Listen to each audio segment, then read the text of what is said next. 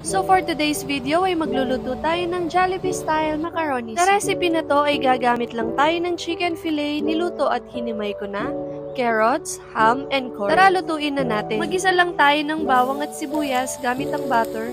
Pagkatapos ay ilagay na natin ang ham. Pagluto na ang ham ay ilagay na natin yung niluto nating manok. Pagkatapos ay isunod na natin ang carrots. Haluin lang natin tapos maglagay lang tayo ng asin at paminta. Haluin lang natin ito ulit tapos ay pwede na natin ilagay ang macaroni noodles. Gumamit nga pala ako dito ng 200 grams ng macaroni. Pagkatapos ay maglagay lang tayo dito ng tubig at chicken cubes at pakuluan lang natin ito hanggang sa lumambot ang macaroni. Pag malambot na ang macaroni noodles ay ilagay na natin ang mais. Pagkatapos ay isunod na rin natin ng gatas. Gumamit nga pala ako dito ng Alaska evaporated milk. Tapos ay maglagay lang tayo ng salt and pepper to taste. Pagkatapos ay ilagay na natin ang cream of mushroom. Gumamit nga pala ako dito ng 1 pack ng cream of mushroom at dinisolve ko lang ito sa 1 cup ng water. Then after that ay ready to serve na ang ating Jollibee style creamy macaroni soup.